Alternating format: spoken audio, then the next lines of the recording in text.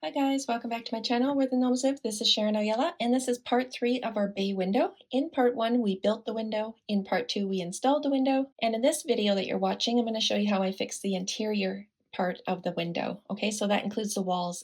And I'm also going to show you how I did the curtains because I painted mushrooms on them and I wanted to show you how easy that was to do. Alright guys, let's just dive right in and get started. So the walls in here are really wonky, and that's because they're foil, masking tape, and paper towel walls. They're very strong, but they're wonky. And to fix that in my other section, I use these file folders that I have on hand. Now, this is actually the same thickness that you'd find on cereal cardboard, and yeah, it did a wonderful job fixing those walls for me. The other file folders that you can find are not as thick. Okay, so they're not all file folders are the same thickness, so just keep that in mind. And these I just glued in with tacky glue. And I lost that footage, but I'm going to show you in a couple of clips here what that looks like when it's installed. And then on top of that, I glued on this scrapbooking paper. Now this scrapbooking paper, I'm not endorsing this product because this one is very expensive. I actually found mine in a thrift store and I was really grateful. But it's double-sided, it's very thick. It's Timology scrapbooking paper, and again, it's very expensive, and I don't want to encourage anyone to buy that. This one was from the dollar store. It's very thin. Okay, so it's up to you what you put on top of the file folder. I found the thicker paper was better. But here we go. Here's the file folders all glued in, and then I masking taped the seams. Okay, so all the seams are not overlapping, they're butting up against each other. And I put masking tape to make sure that they stick down. And then I put masking tape around the top section of the file folder. And then after that, I'm going to be putting paper towel. Okay, so this is a single layer paper towel. I pulled the layers apart and then I just brushed on the glue and then put the paper towel down and brushed that on because I didn't want any big wrinkles or anything because I knew I was putting paper on. And then up here I just pointed to was the paper towel that I had painted black. Now I jumped ahead of myself because I ended up gluing in this paper and I had to do that step again. Okay, so because my walls are round and everything, I had to make sure that my paper was lining up there, so that's what I was doing.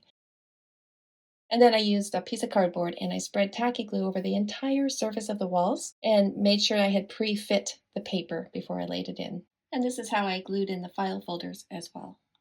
Okay, and this worked out great. This covered up those wonky walls so wonderfully and the odd shapes that I had going on here. And then around the window, of course you saw that I did cut it out there. And then around the window itself, I ended up putting little strips of masking tape just to make sure that the paper stuck down. And then I did put a little bit of paper towel again and then painted that. And that worked out great for me.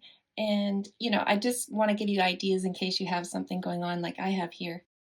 So next we're going to do the curtains. And because I was just winging this as I went along, I decided I didn't need to frame out this window. I was going to cover it up with the curtains that I made. So I'm going to show you how I made the curtain bracket part first, and then I'll show you how I did the curtains. And so this is cardboard. I had to cut it to the shape of my wonky wall, and then the front part is going to be where the curtains sit underneath.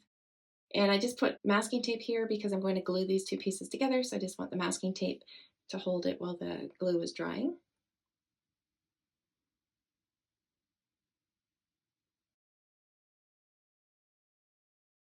And now I'm going to put end pieces on as well. Same thing with cardboard and glue and masking tape.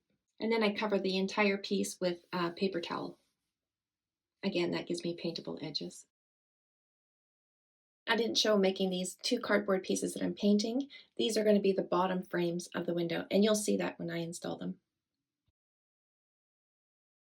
So now let's make some curtains. I'm using an old doily that I got at a thrift store. It's full of stains. It can't be used, but the edges I thought were pretty cool.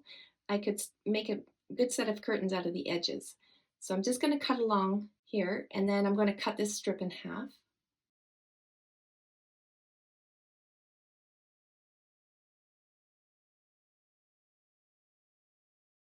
And now I'm just creating a sewed edge here. I'm not going to sew them though, because I'm actually going to glue these in place. So there's no point in me sewing.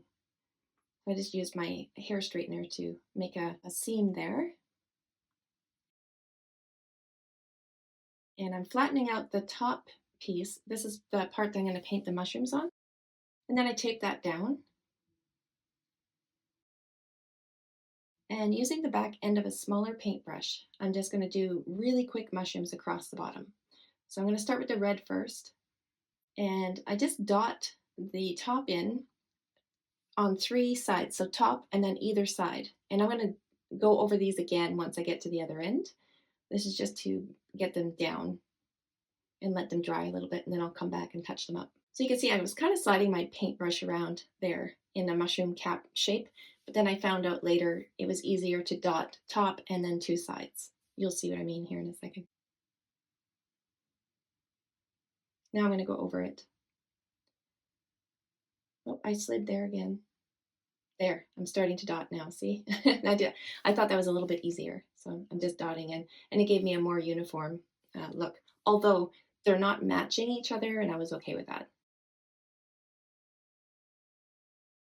And now I'm going to do the stems, so same thing with my back end of my paintbrush. I'm not overthinking this, I'm just plopping the paint down in a stem shape. And again, once I get to the other end, I'll come back and I'll go over the stems again. I was actually really pleased with how these turned out without spending too much time on them. And now I'm going to take a pin and dot in the spots. And again, not overthinking it, just dot, dot, dot. And if I have to go over them again, I do.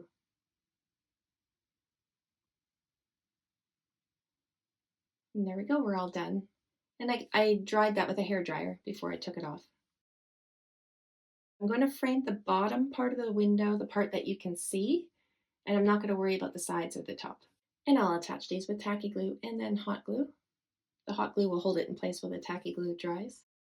So just to frame at the bottom, and this actually didn't even reach from side to side, but I was okay with that because again, my curtains are going to cover everything that I want to. So I'm going to use hot glue here for the curtains, and I think that's enough. I can put tacky glue on top if I wanted to, if I was worried that they might fall out of there, but I think the hot glue and fabric sticks pretty good. So I put the top piece on first, and then the 2 side pieces. So I'm attaching the curtains to the wall now with tacky glue and hot glue again. And once I got this to stick to the wall, then I did do a final bead of tacky glue along the top. And the curtain sides are just tacked down with hot glue, a dot of hot glue on each side. And I think they turned out wonderful for the amount of time I spent on them, which wasn't that much time. All right, guys, that will bring us to the end of this video. I hope you found it helpful, and I hope it give you some ideas on getting your interior walls fixed if they're wonky as mine. And in the next video, I'll show you how I did the floors in here and also how I did the stairs and the fireplace and all that great stuff. So until then, we'll see you in the next one.